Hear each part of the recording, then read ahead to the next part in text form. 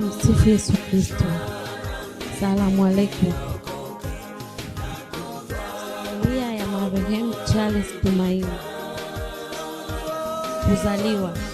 Marehemu Charles Tumaini alizaliwa tarehe 28 mwezi wa 8 2005 katika zahanati ya kituo cha Makanya. Elimu. Marehemu Charles Tumaini alikuwa anasoma darasa la 3 shule ya msingi Makanya, Ugondo na Matibabu. Marehemu Charles Tumaini aling'atwa na mbwa tarehe 18 mwezi wa 1 2026. Alipelekwa hospitalini na kupata sindano ya chanjo. Hata hivyo, baada ya siku kadhaa alianza kuonesha dalili ya kuugua kama sehemu ya athari zilizojitokeza baada ya kung'atwa. Kufariki.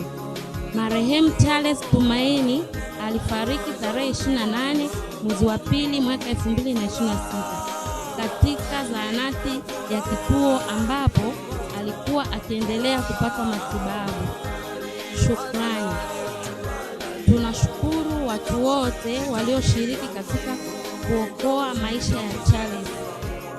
Tunamshukuru Daktari Juma wa zahanati ya kituo kwa jitihada zake alizozifanya kwa kuhakikisha marehemu Charles anapona, lakini haikuwezekana.